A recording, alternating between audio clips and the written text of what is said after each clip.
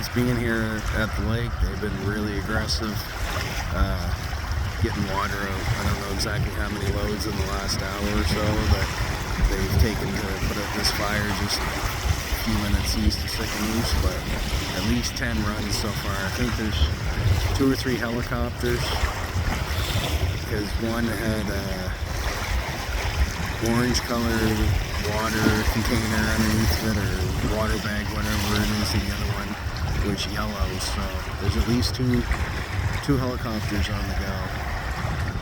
I'll let the video play a touch longer to see if I can actually see them come up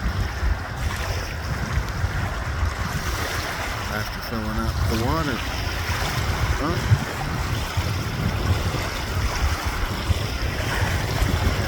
There, so it's hard to see.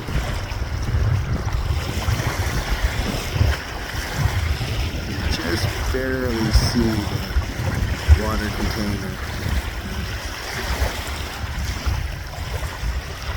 Hope you enjoy. Please subscribe.